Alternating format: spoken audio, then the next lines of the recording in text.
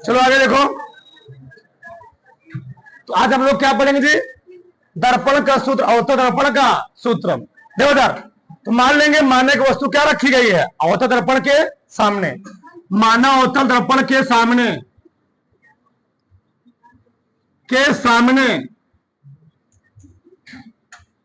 एक वस्तु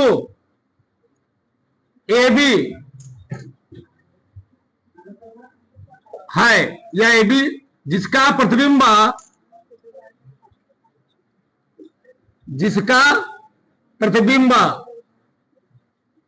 B1A1 बनता है, B1A1 बनता है। माना अवतल दर्पण सामने एक वस्तु ए बी जिसका प्रतिबिंब क्या बनता है? B1A1 बनता है। ठीक, माना अवतल दर्पण के ध्रुव से, माना अवतल दर्पण के ध्रुव पी से पीछे वाला लाइट बंद कर दो बड़ी वाली। पी से वस्तु की दूरी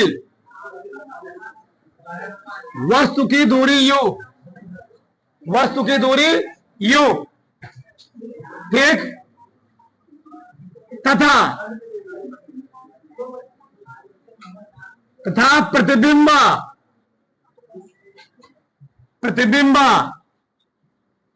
की दूरी क्या है जी? v,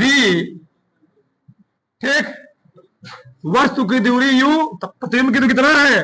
v, तथा फोकस दूरी कितना है? f है। फोकस दूरी क्या है? f है।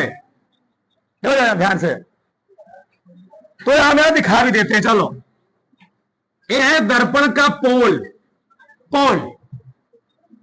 ये है फोकस दूरी दर्पण के ध्रुव से उसके फोकस तक की दूरी हम लोग कहते क्या है? फोकस दूरी। तो ये है फोकस दूरी, और यहां पर बना है इमेज, ये क्या है? v, और हेफ लेके हेया तक, यहां तक क्या है जी? u है। क्या है? u, सही है। और ये आर है, जाने दो, ज्यादा लिखा करोगे, काम आएगा, आगे देखेंगे। चलो, इतना है, यहां तक किसी कोई प्रॉब्लम नहीं। ध्रुव से पी से वस्तु की दूरी कितना होगा? u, प्रतिबिंब दूरी b, फोकस दूरी कितना है? f है। अब देखो, अब यहां हमको देखना क्या है? पहले यहां देखो, दो त्रिभुज बन रहे हैं, ठीक। एक काम करो, यहां से दर्पण पर, गोली दर्पण पर कोई बिंदु हमने क्या लिया है? यम लिया है, और यम से मुख्य अक्ष पर लंब क्या खींच दिया है? यन। लिख रहा हूं, गोली दर्पण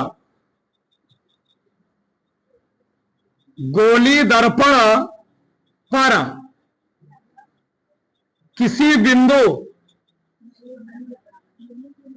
बिंदु यम से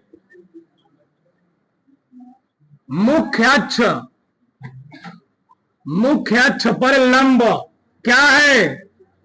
यम, यन है। अब बताओ, ये देखो सही से, ये एक आयत बन रहा है, रेक्टेंगल बन रहा है, और रेक्टेंगल की आमने सामने भुजाएं क्या होती है? तो अगर ए बी है तो ये किसके बराबर होगा? कंफर्म है ना? तो ए बी किसके बराबर होगी? यम, यन के। क्या हम लिख सकते हैं? ए बी बराबर किसके? यम, यन। ये काम देगा हमको। चलो आगे देखो। अब ध्यान समझना, हम लेने वाले दो त्रिभुज, एक त्रिभुज बन रहा है, एक ट्रायंगल है, ए वाला, एक ट्रायंगल ए है और एक ट्रायंगल ए है। कौन सा? ए वाला। एक ट्रायंगल ए है, दो ट्रायंगल बन रहे हैं, थोड़ा छोटे छोटे बन रहे हैं, उससे कोई दिक्कत नहीं है।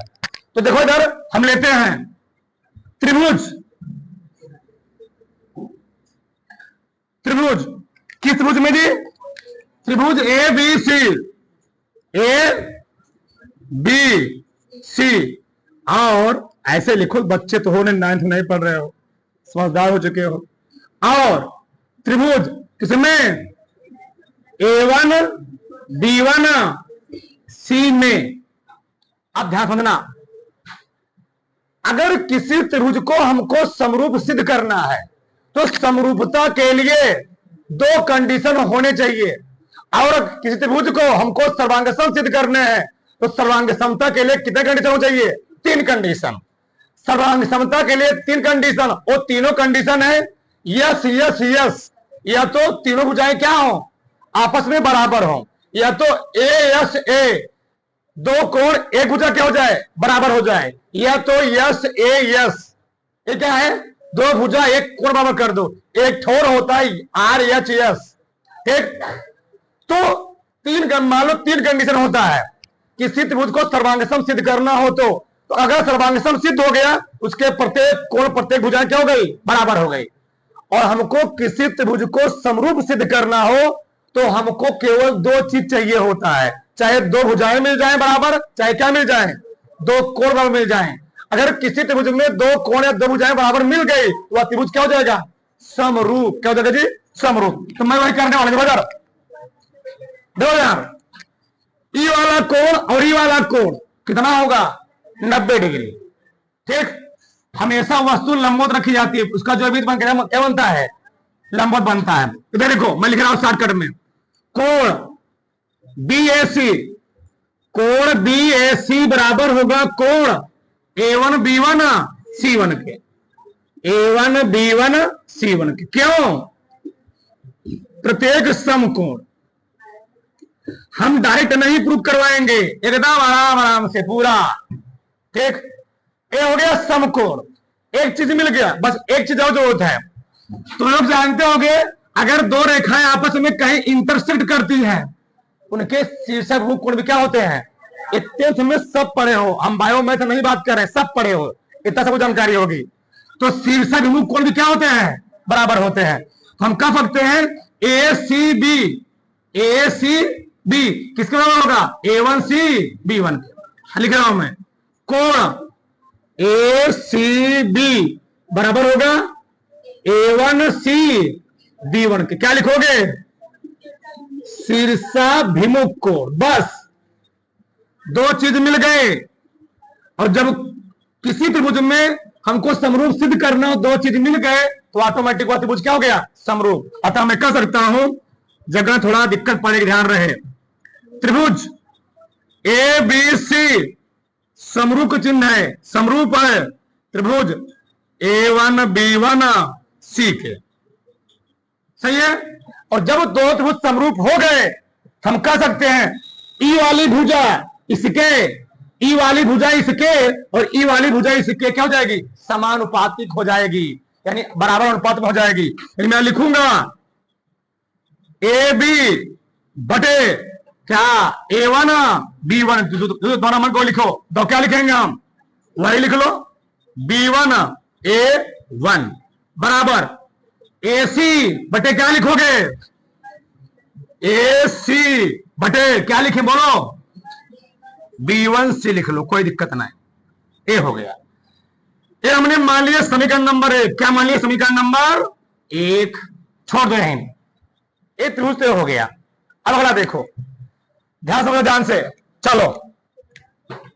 4 नंबर का आता है, ध्यान रहे, बहुत ध्यान से ना, हम डायरेक्ट नहीं करवा रहे, एकदम विस्तार करवाएं, बहुत ध्यान देते जाओ, ठीक। अगला देखो, एक ट्रायंगल ए भी बन रहा है, हम इसको पूरा मिलाने का प्रयास कर रहे हैं। एक ट्रायंगल ए भी है, यफ यम यन, ये वाला ट्रायंगल है।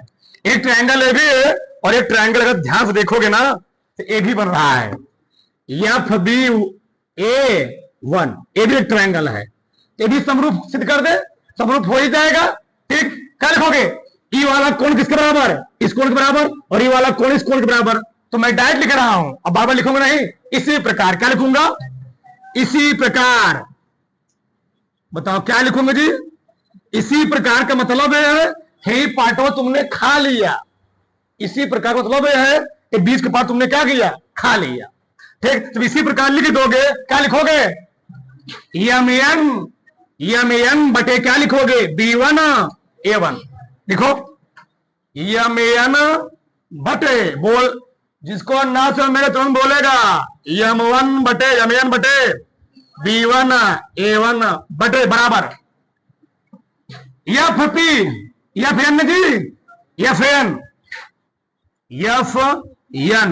बटे एफ बी वन एक और समीकरण हो गया, समीकरण 2। सही गलत है, थोड़ा मैं और चेंज कर, थोड़ा सा 1 मिनट। अरे उधर यमेन में किसका में लिखा हूं, ए बी के, तो क्या मैं यमेन के स्थान पे ए बी लिख सकता हूं? नहीं लिख सकता हूं, लिख सकता हूं, स्वेच्छा अनुसार लिख सकता हूं। मैथ वाले स्टूडेंट है, कोई दिक्कत नहीं है, यही होता है मैथ में फायदा। लिखो लिखो बोलो, तो ए बी बटे B1 A1 बराबर एफ एन बटे एफ बी वन। समीकरण क्या मान लो इसको, 2, समीकरण 2। समीकरण 1 और 2 से तुलना करोगे तुमको कुछ निष्कर्ष निकलने वाला है। तो मैं इधर लिखा, देखो चलो इधर देखो, बोलो मत, समझो। तो समीकरण 1 था समीकरण 2 से क्या करने पर, तुलना करने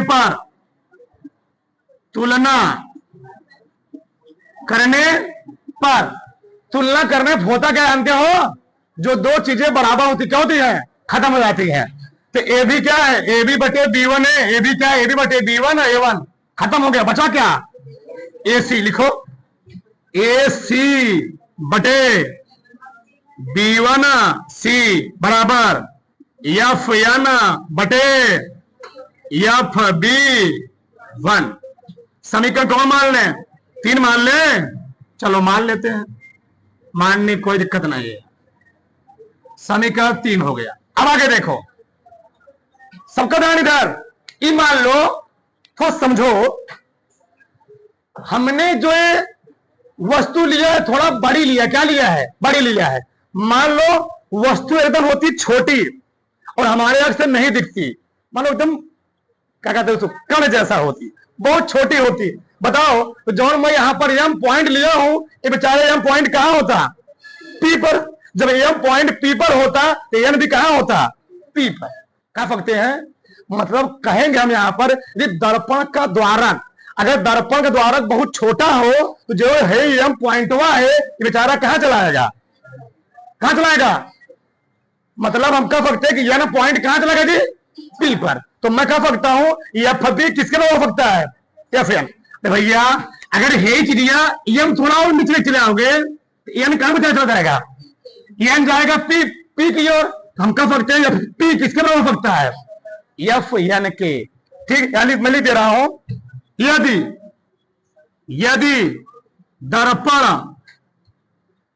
दर्पण का द्वारक, यदि दर्पण का द्वारक बहुत छोटा हो,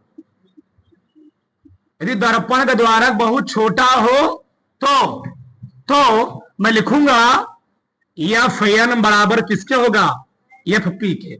एफ एन बराबर किसके जाएगा, एफ पी के।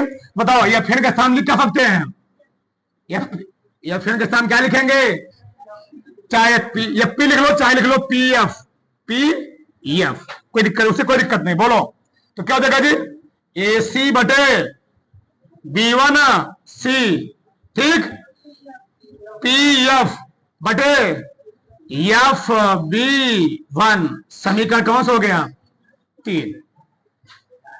पहले तुम्हें इतना उतारना पड़ेगा, जगह नहीं है, फिर उल्टा सीधा होगा। थोड़ा फटाक से, जल्दी से चित्र को बना करके फटाक से, चलो आगे देखो। चलो अब यहां बहुत ध्यान से देना, इस लाइन को मैं पुनः रिपीट कर रहा हूं, ध्यान से।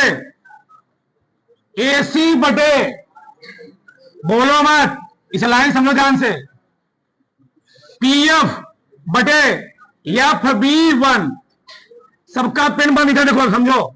चलो, चिन्ह परिपाटी का नियम में कहता है, किसी दर्पण में जो दूरियां नापी जाती हैं वह दर्पण के ध्रुव से यानी पोल से नापी जाती हैं। यानी सभी, अब दूरी के साथ क्या लगा होना चाहिए, P। सभी दूरी हम कहां नापेंगे, ध्रुव से। कहां नापेंगे जी, ध्रुव से। अब ध्यान से, सबका ध्यान इधर, एसी है क्या जी, एसी, सबका ध्यान होना चाहिए। एसी हमको निकालना है, एसी का मान, और इस एसी कन्वर्ट किसमें करना है, पी में, किसमें जी, तो एसी बराबर मैं पी, देखो ध्यान से, पी ए माइनस किसी लिख सकता हूं, ठीक है, एसी को मैं पी ए माइनस पी हमेशा आगे लिखना, आगे, फिर से एसी को मैं लिख सकता हूं पी ए माइनस, सब लोग सहमत हो, लिख रहा हूं मैं, इसको ये मैं लिखा P A minus P C बटे B1C, देखो इधर B1C को हम लिख सकते हैं पी सी, क्या जी, P C minus P B1, देखो फिर से B1C को हम लिख सकते हैं P C A P C है, P C minus P B1, तो P C minus P B1, इसके साथ पी लगा है, इसको कोई छेड़ना नहीं है, पी एफ रहने दो, बटे आगे देखो एफ B1 इतना बराबर लेना हमको यहां से है, तो क्या मैं लिख सकता हूं P B1 minus P B1 minus P F, तो P B1 minus P F. अगर ये लाइन किसी कोई डाउट हो बताओ, फिर समझाया जाए, किसी कोई प्रॉब्लम बताओ, ध्यान से बताओ, एक बार देख लो फटाक से, देखो कहीं कोई दिक्कत बताओ फटाक से, क्योंकि आगे यही पूरा था मकसद। अब ध्यान समझ यार, चलो सबका ध्यान होना चाहिए, चलो ये बताओ पीए है क्या, वस्तु की दूरी, इधर मैं लिख रहा हूं, जगह थोड़ा बचे हमारे लिए, फायदा रहेगा, पीए, तुम घबरा जाओगे, पी है वस्तु की दूरी, यह लिखना तुम लोग चिन्ह परिपाटी के अनुसार, चिन्ह कल लिखवाया था पूरा, क्या हुआ, चिन्ह परिपाटी के अनुसार, देवदर, तो वस्तु की दूरी हम लोग दिखाते किससे, प्लस की माइनस, कोनो दर्पण हो किसे दिखाते हो, माइनस। आगे पीसी क्या है, पीसी वक्रता त्रिज्या, ध्रुव और वक्रता केंद्र के बीच दूरी को वक्रता त्रिज्या, तो पीसी क्या है, पीसी है वक्रता त्रिज्या, वक्रता त्रिज्या। आगे देखो, चलो, तो वक्रता त्रिज्या हम लोग दिखाते किससे जी, आर से, और वो भी किसमें होता है, लिखवाया था देखो कल माइनस में, और तुम लोग जानते हो एफ बराबर क्या होता है, एफ बराबर आर बाई टू, एफ बराबर आर बाई, ठीक है ना, तो बताओ आर बराबर कर सकते हैं -2f, क्योंकि दर्पण का फॉर्मूला टर्म नहीं होता, किसमें होता है, एफ के टर्म में। आगे देखो पीसी लिख चुका, पी बी वन थोड़ा कम दिख रहा है, पी B1 क्या है, प्रतिबिंब की दूरी, प्रतिबिंब की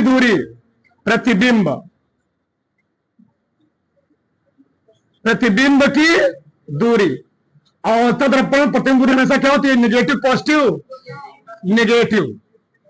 ठीक, क्या लिखोगे, माइनस।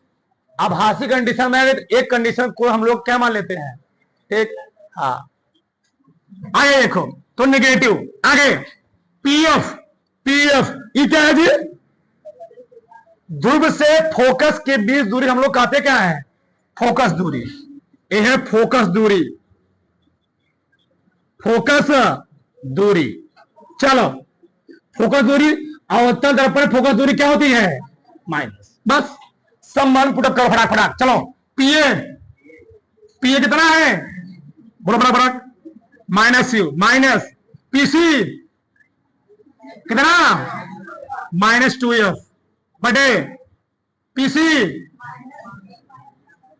माइनस पीबी1 -b बराबर पीएफ, बोलो पीबी1 -v जी, पीएफ -cf, एक मिनट थोड़ा आ गया, माइनस, सही है ना?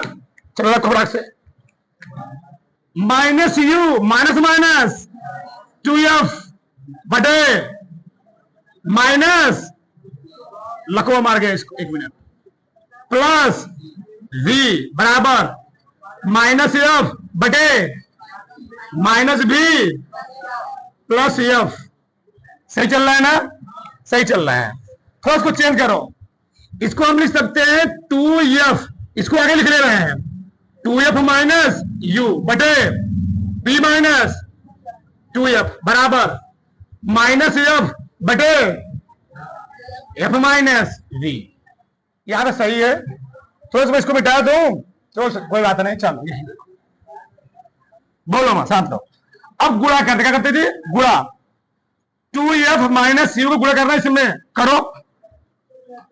मैं लिख ले रहा हूं, मैं एक बार मैं लिख ले रहा हूं, एक बार लकवा मार के इसको यहां पर लिखते हैं। चलो तो 2f माइनस यू अगले कोष्टक में है एफ माइनस v बराबर क्या जी?